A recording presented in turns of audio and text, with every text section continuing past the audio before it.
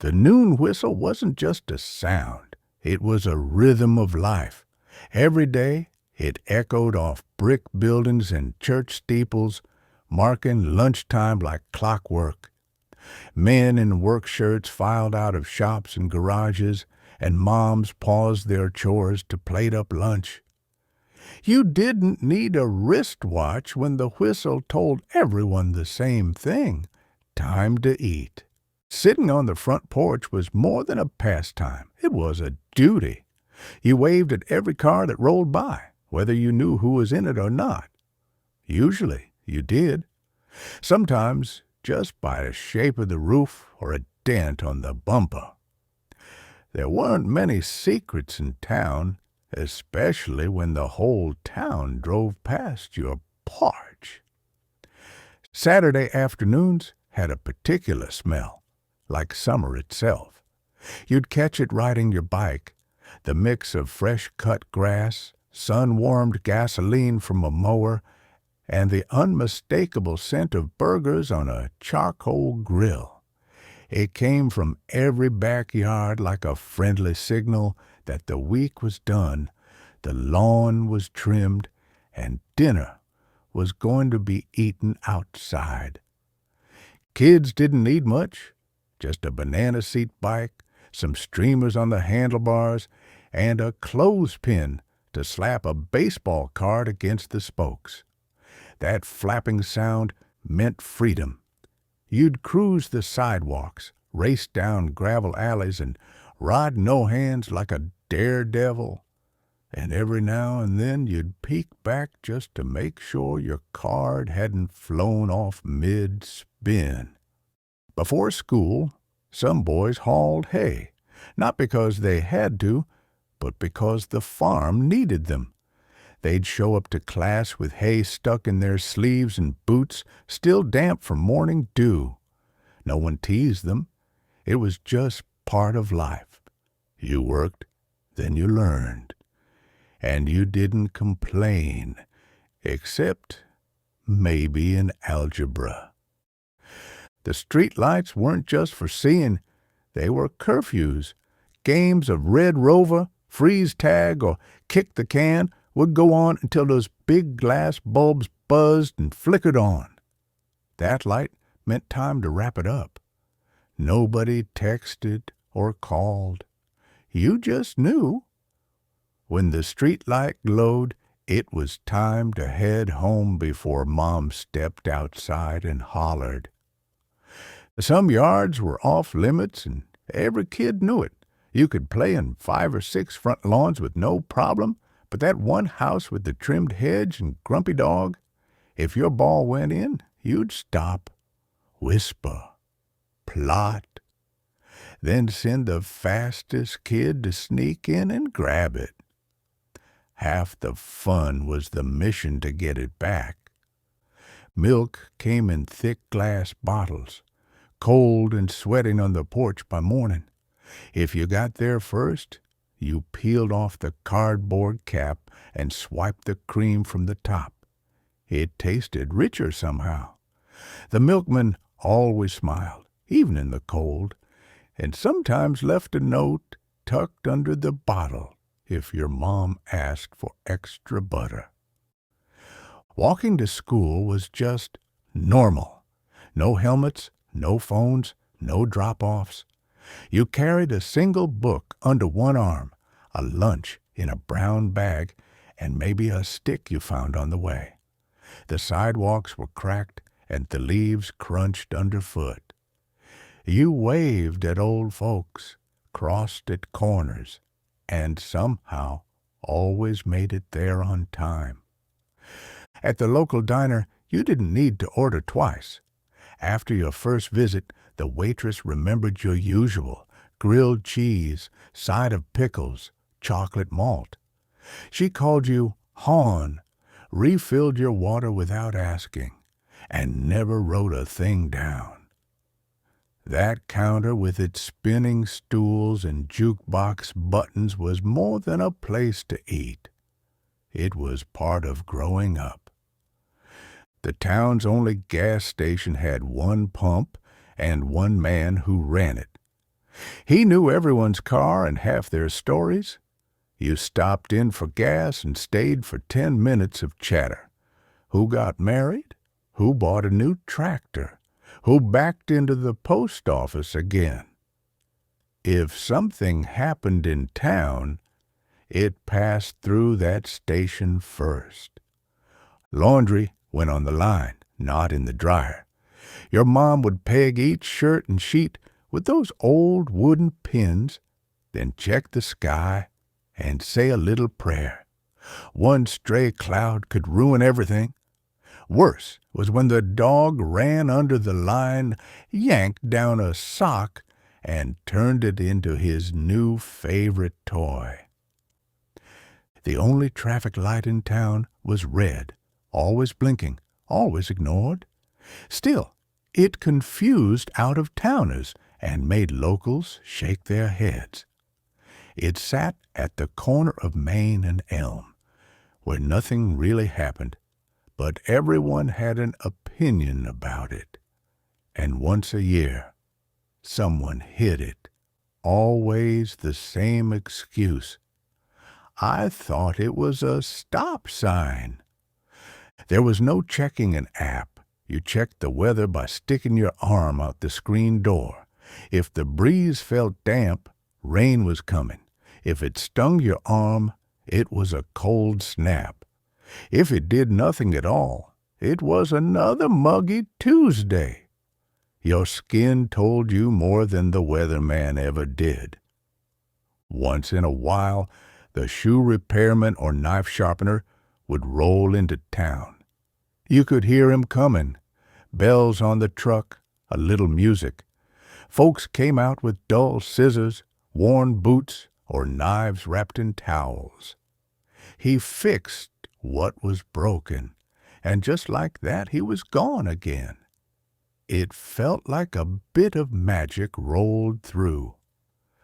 The town library was tiny, maybe 2 aisles wide, but to a kid it felt endless. The smell of old pages, floor polish, and sometimes a hint of peanut butter from someone sneaking a snack. You flipped through dusty encyclopedias, whispered across tables, and signed your name on the card in the back of the book like it meant something sacred. Sundays were serious.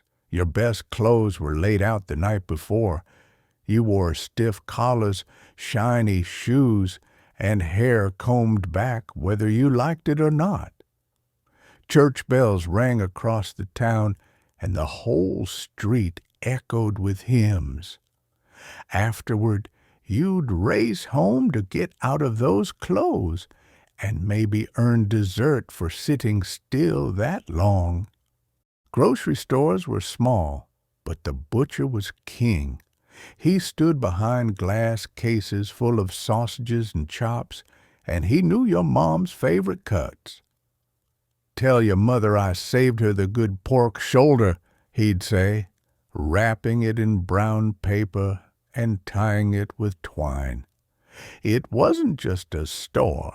It was part of the neighborhood fabric.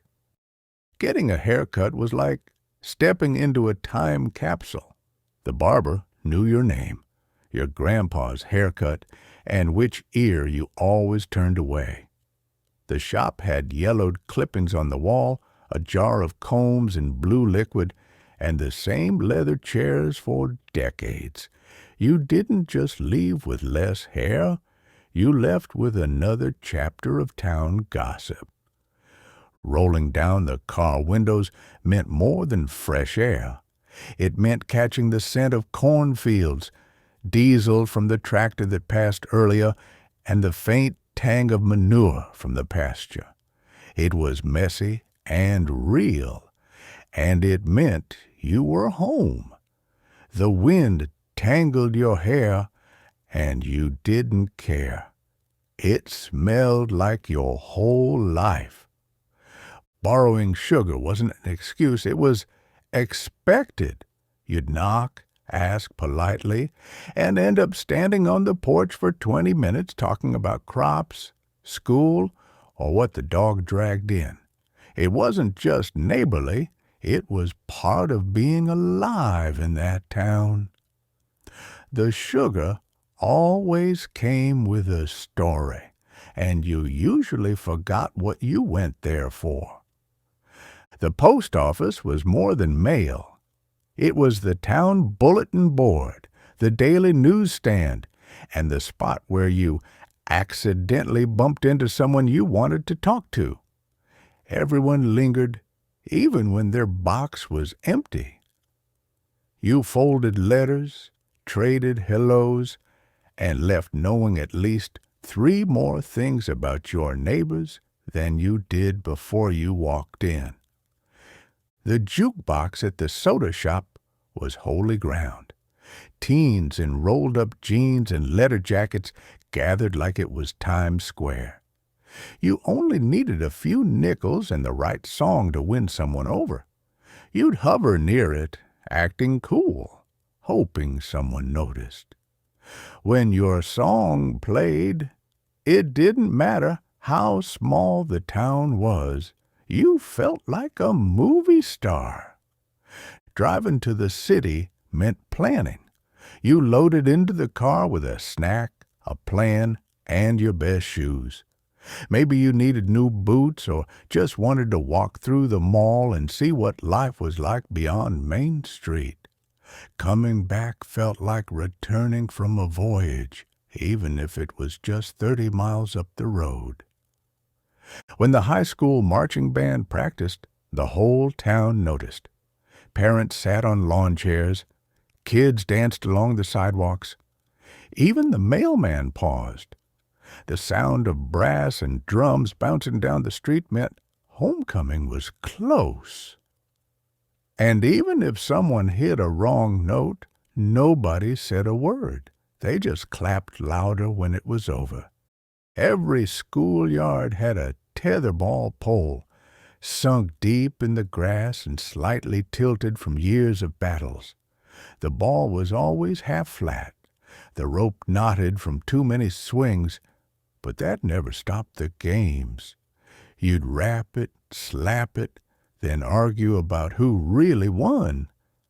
It was part skill, part luck, and all-out war during recess. Behind the drugstore counter sat rows of glass jars filled with penny candy.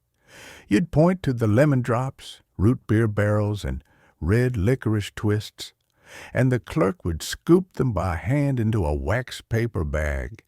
10 cents could make you feel rich, and you'd walk home chewing slow, trying to stretch the flavor as long as possible. Getting the family together for a photo meant Sunday clothes, stiff collars, and hair combed within an inch of your life. You lined up in front of the family car because that was the proudest backdrop you had. Someone hit the button on the Kodak.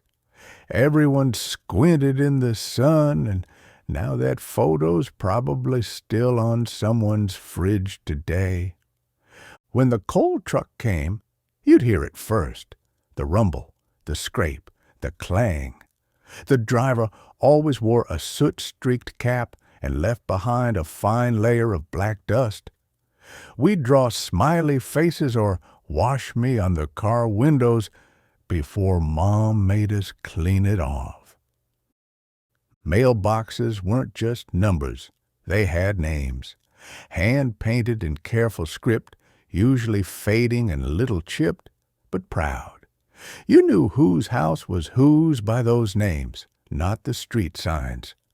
And if the red flag was up, you might even peek to see if it was something good, like a birthday card or the Sears catalog finally arriving. Your teacher didn't live somewhere far away. They lived 2 blocks down. You'd see them in church, at the grocery store, or sometimes even at your dinner table. They knew your family, your dog's name, and exactly when you were pretending to be sick. There was no hiding your behavior. Word got home faster than the school bell rang. Shucking corn wasn't a chore. It was a ritual. You sat on the back steps, peeled the green husks down, and snapped off the ends, tossing silk into a bucket. The sun would dip behind the barn while the chickens made sleepy noises. Your fingers got sticky. Your lap itched. But nothing beat the sound of fresh corn hitting boiling water. On summer nights, the windows stayed open, even if the screens let in more than they kept out. You'd hear crickets, tree frogs, and the occasional barking dog. June bugs thumped the screens, fireflies blinked like soft lanterns, and the air smelled like grass and hot pavement. You fell asleep to the breeze and woke up with bug bites. The church lawn hosted an ice cream social every summer. Long folding tables held big tubs of vanilla and strawberry, and you raced the melting with every spoonful. Someone played a banjo. Ladies passed out lemonade. And the preacher made sure nobody snuck a second bowl without finishing the first. The cones dripped down your arm, and no one minded. You didn't lose your car keys. They were in the ignition. That's just where you left them. If someone needed to move the car, they'd open the door, shift it out of the way, and wave. It wasn't careless. It was trust. The kind of thing you don't notice until you've lived somewhere that doesn't feel like that anymore. The school play was a big deal. Costumes made from curtain scraps, papier-mâché props, and a homemade spotlight clamped to a ladder. The auditorium filled with moms holding purses and dads with cameras the size of bricks. It didn't matter if you forgot your lines. Everyone clapped like you'd just taken a Broadway bow.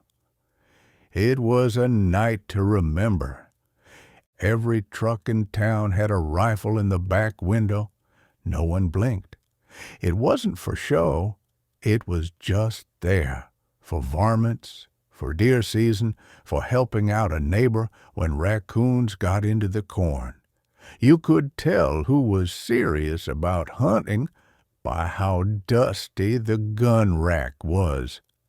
It wasn't about fear. It was about being ready. The feed store was a one-stop shop. You could buy catfish bait, a new rake, chewing gum, and if you were lucky, a dusty baseball glove hanging near the register. The floor smelled like seed and sawdust, and the old guy behind the counter knew everything about everything. You went for supplies and stayed for the stories. Morning started with the sound of the newspaper thwopping against the front door. You didn't need an alarm clock. You opened the door, found it folded and slightly damp, and thumbed through the comics first, just like always. You smelled the ink, skimmed the headlines, and knew if the paper was on time, it was going to be a good day. Every classroom had its own pet. Sometimes it was a turtle, sometimes a hamster. And one year, we had a rabbit that never quite recovered from a week at Billy's house. You got picked to feed it, clean the cage, and hold it during reading time. It wasn't much, but for a third grader it felt like being trusted with gold. At church, every family had their pew, not assigned, just understood. You sat in the same spot every week, and so did everyone else. If a visitor accidentally sat there, you'd see the silent glances. Nobody said a word, but the next week, that pew was yours again. Some things didn't need rules. They were written in habit, not ink. The neighbor's dog had no boundaries. He wandered in, plopped on your porch, and stole a bone from your trash like it was his own. You didn't mind.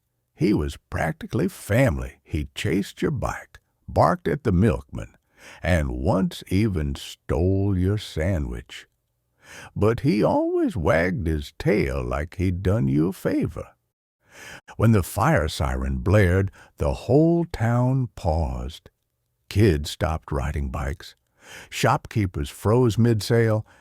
Everyone looked at their watch and guessed whose house it might be. Volunteer firefighters ran out of diners and hardware stores. It was part panic, part ritual, and after it passed, folks would call around just to make sure it wasn't someone they knew. Going to the A&W wasn't just dinner, it was an event. You'd wear a clean shirt, comb your hair, and pile into the car. The tray clipped to your window. The waitress brought frosty mugs. You'd sip root beer so cold it burned, sneak fries when no one looked, and laugh like the world had nowhere better to be. Every mom had a can of bacon grease on the stove, usually an old coffee can, dented and greasy, with a lid that didn't quite fit. She used it for frying eggs, greasing pans, or adding flavor to beans. You didn't question it. That grease was like liquid gold, saved, reused, and passed down like a secret family recipe. The town had one cop, maybe two, but one you saw the most. He knew every kid by name, knew which ones liked to cause trouble, and which ones tried to look innocent. He didn't need a siren, just a raised eyebrow. And if you messed up, your folks heard about it before you even walked through the front door. Tractor tires weren't just tires. They were spaceships, tanks, forts, or hiding spots. You climb inside, wedge yourself into the rubber, and imagine you were on the moon or under siege. It was dirty, it was hot, and it was perfect. And when your mom called you for dinner, you climbed out with muddy elbows and a story to tell. Hay bales were more than food for cows. They were fort walls. Stack them just right, and you had a castle, a maze, or a secret hideout. The itch started 5 minutes in. The sneezing lasted 3 days. But for those few hours, it was worth it. Just don't tell the farmer. We weren't technically supposed to be in there. On summer nights, fireflies danced over the fields like slow, flickering stars. You'd chase them with a jar, poke holes in the lid, and watch them glow on your nightstand. They blinked like magic, like proof the world still had a little wonder left. You always meant to let them go, and if you forgot, they were usually gone by morning. Your dad didn't need manuals. He popped the hood, wiped his hands on an old rag, and fixed the car with a wrench, some spit, and pure instinct. He could tune an engine by sound alone, and half the time you just held the flashlight and stayed quiet. It looked like magic, but it smelled like oil, and it always worked. When a storm rolled in, you sat on the porch and counted. 1 Mississippi, 2 Mississippi, boom. The longer the pause, the farther away. The clouds came in low, the breeze picked up, and the trees started swaying like they knew something you didn't. You weren't scared. You were fascinated. Nature made its own show, and front porches were the front row. Recess wasn't all kickball and running wild. Sometimes it was sitting on the school steps with a pocket full of marbles or jacks, seeing who had the steadiest hand. The concrete was hot, the rules were loose, and everyone swore their cat's eye was the luckiest. If someone lost their favorite shooter, you knew it'd be the talk of lunchtime. Every small-town storefront had someone leaning on the glass, sipping from a paper cup and watching the street like it might do something new. It never did. But that was the point. You watched because it was yours, your street, your people. A slow-motion show of trucks passing, kids chasing dogs, and nothing much that somehow meant everything. The town water tower stood like a giant on stilts, painted white, with the town name in big blocky letters and always a little chipped. Birds nested in the rafters, and teenagers dared each other to climb it. You never did. But you thought about it. On the courthouse bench sat the same three old men, pocket knives in hand, wood curls falling to the ground like snowflakes. They'd nod, maybe grunt a greeting, and tell you about a horse they rode in '41 or the girl who married too young. They didn't just whittle wood. They carved stories, one slow curl at a time. The barber shop had that smell. Powder, aftershave, and hot steam from the towel warmer. You'd sit in the big leather chair, feet dangling, and ask for just a trim. And if you were lucky, you got your shoes shined on the way out. A dime, a nod, and you walked out feeling like you could take on the world. AM radio never stopped talking. Same jingle, same voice, same ad for motor oil or hair tonic every hour on the hour. And somehow, you liked it. The static between stations, the DJ who sounded half asleep, and the weather report that always said, chance of rain. It wasn't background noise. It was the heartbeat of the town. When the Bookmobile came, it felt like a miracle. A truck full of stories rolled right up to the school or corner lot.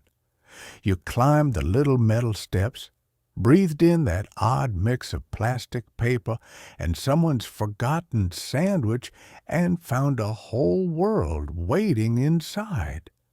You picked the thickest book, even if you never finished it. Walking the train tracks was its own kind of freedom. You'd balance on the rail, arms out, watching the horizon for a train that never came. A penny in your pocket, no destination, just the sound of gravel crunching and birds in the trees. Sometimes you'd leave that penny on the rail, just to see what the world would do to it. Screen doors had their own soundtrack. That creak open, the slam shut, the wooden frame rattling like it was alive. You could track someone's whole day just by the screen door. In summer, it never stopped. Kids running out, moms calling them back, dad stepping out for one last look at the weather.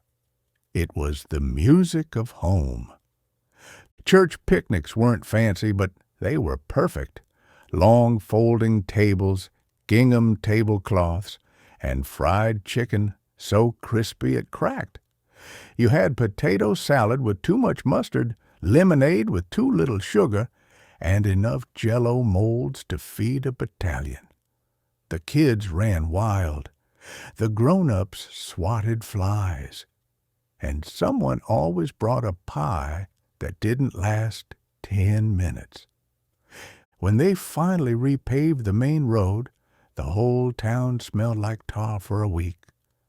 You'd ride your bike along the smooth new stretch, pretending it was a racetrack. The tar steamed in the sun, stuck to your shoes, and burned your nose a little. But it meant progress. It meant someone cared, and that mattered more than the smell. You knew exactly how many sidewalk cracks there were between your house and school. You avoided the ones that might break your mother's back. Even if you didn't believe it, you hopped them, skipped them, counted them. It made the walk feel shorter, and in a way, it was your first map, drawn in concrete, memorized by heart. 4th of July meant flags, fireworks, and tractors. Not fancy floats, tractors. Red ones, green ones, some with hay bales for kids to sit on. Everyone waved, some threw candy, others just revved the engine for fun. It wasn't flashy, but it was ours. And when the band played Stars and Stripes Forever, you stood a little taller. The ice cream man didn't always make it to your side of town. So when he did, when you heard that distant jingle getting closer, you ran like your feet were on fire. Quarters clutched in sweaty fists, you lined up and hoped the fudgsicle didn't sell out. You'd eat it too fast, freeze your brain, and smile through the headache. Passing notes in class was a sacred art. You folded the paper just right, timed the handoff during a yawn or cough, and hoped the teacher didn't see. Sometimes it said, "Do you like me?" with yes or no boxes.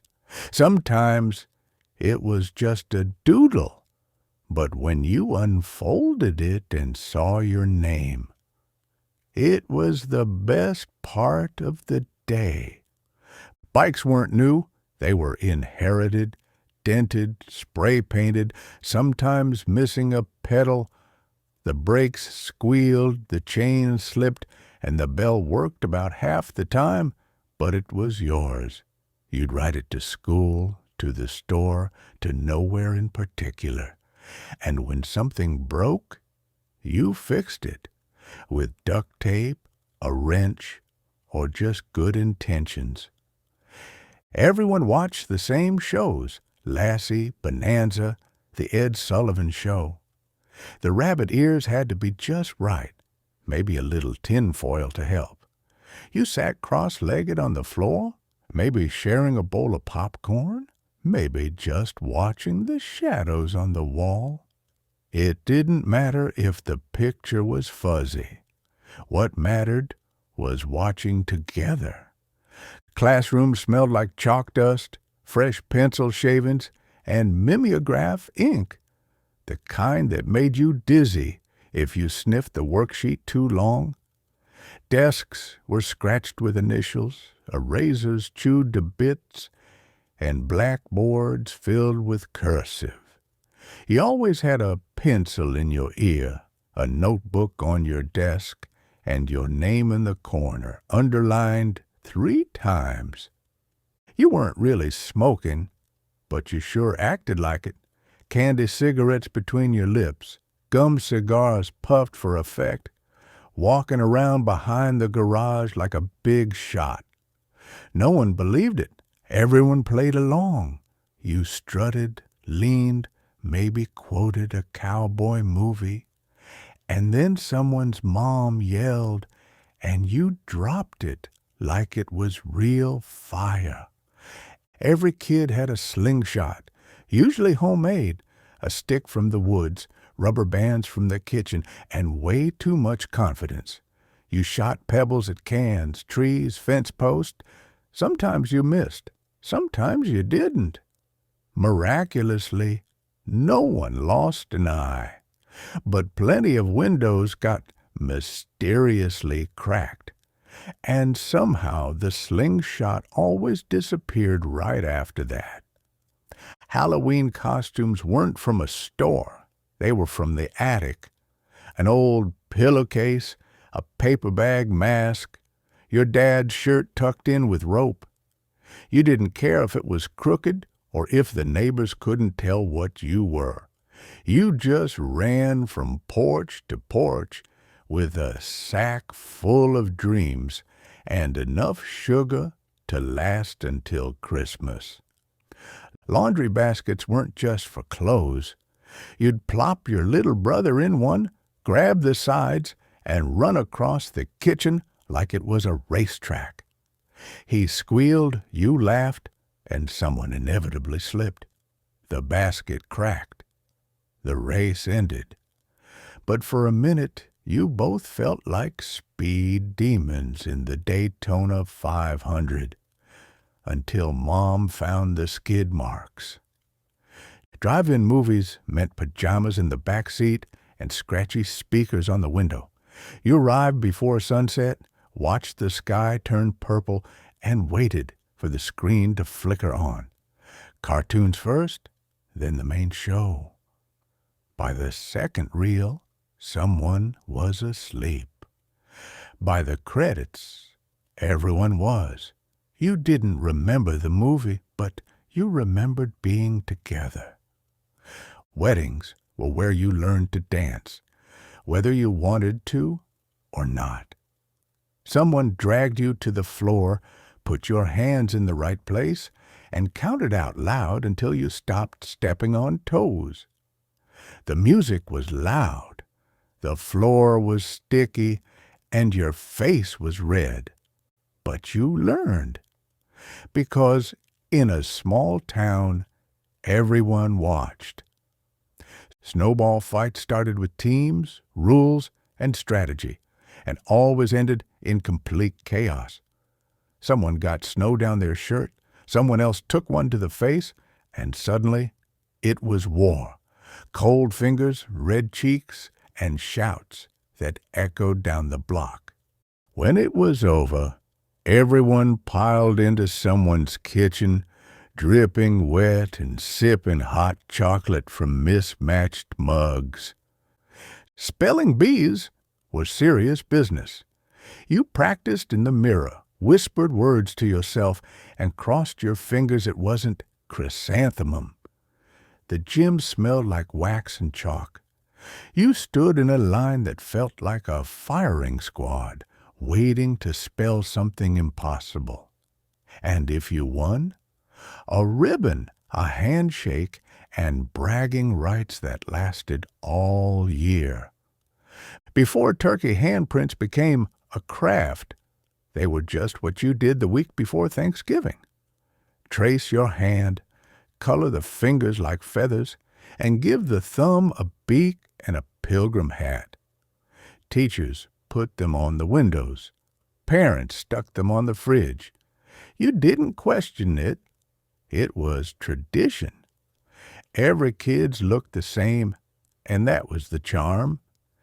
You didn't need a sled, just a piece of cardboard, an old trash can lid, or even a cookie sheet. If the hill behind the school was iced over, it became the biggest thrill ride in town. You'd crash, slide, spin out, and laugh like you were invincible. Bruises didn't matter. What mattered was being first back up that hill. You saved bottle caps like they were coins, gum wrappers for some mysterious prize, and cereal box tops in an old shoebox. Trading them felt like Wall Street. You needed 10 of this, 3 of that, and maybe you'd get the decoder ring or the plastic submarine. Half the time the prize broke. But it didn't matter. The hunt was the fun. Picture day always meant itchy wool, sweaters that made you scratch, dresses that didn't breathe, and shoes that weren't meant for walking. You'd line up by height, get told not to blink, and try to smile while sweating through polyester. The background was fake, the pose was stiff, but your parents called it handsome. You didn't argue, you just itched. Hide and seek was all fun until it wasn't. You'd dive into bushes, wedge behind tool sheds, or curl up under porches. Someone always took it too far, hid too well, stayed too quiet, or jumped out screaming. Someone ended up crying, but no one ever wanted to stop. The sun vanished, the bugs came out, and you kept playing anyway. Radios had knobs, not buttons. They buzzed, crackled, and sometimes caught Canada on a good night. When the Beatles hit the airwaves, you didn't need clarity. You needed volume. You'd dance in the kitchen, sing off-key, and pretend the wooden console was a stage. And when the news came on, your dad would say, "Turn that racket down." But you didn't. You mowed the lawn, hauled in firewood, or scrubbed the porch. Not for money, but because your parents said so. If they remembered, you got a quarter. If not, you got a pat on the back and a glass of lemonade. Somehow, that was enough. You weren't building a resume, you were just doing your part. And that quarter felt like gold. Grandpa never made it through the game. He'd settle into his recliner, arms crossed, and snore before halftime. The TV volume didn't wake him. The dog barking didn't wake him. The only thing that did was Grandma shouting, "You're missing the whole thing." He'd grumble, blink, and say, "I was resting my eyes." Everyone knew better. No one cared. Your aunt crocheted like it was a mission from heaven. Doilies, pot holders, tissue box covers, stuff no one needed and no one dared throw out. Every flat surface had one. Every wedding gift included one. They ended up in drawers, under vases, or folded neatly in linen closets. You didn't question the purpose. You just said thank you and found a shelf. Baseball cards weren't collectibles. They were currency. You bartered, traded, and argued stats like you were on ESPN before it existed. Someone always tried to sneak a bum card into a trade. Someone else got mad and quit. But by the next day, you were back on the porch, binder in lap, negotiating like Wall Street brokers with peanut butter on their fingers. Riding in the back of a pickup truck wasn't dangerous. It was freedom. The wind in your face, the bumps in the road, and the sense that nothing could stop you. You'd wave at passing cars like royalty and shout nonsense just to hear your own echo. There were no seat belts, no helmets, just sunshine, laughter, and trust in the driver. When it was cold, the bus windows fogged up. Every kid with a finger became an artist.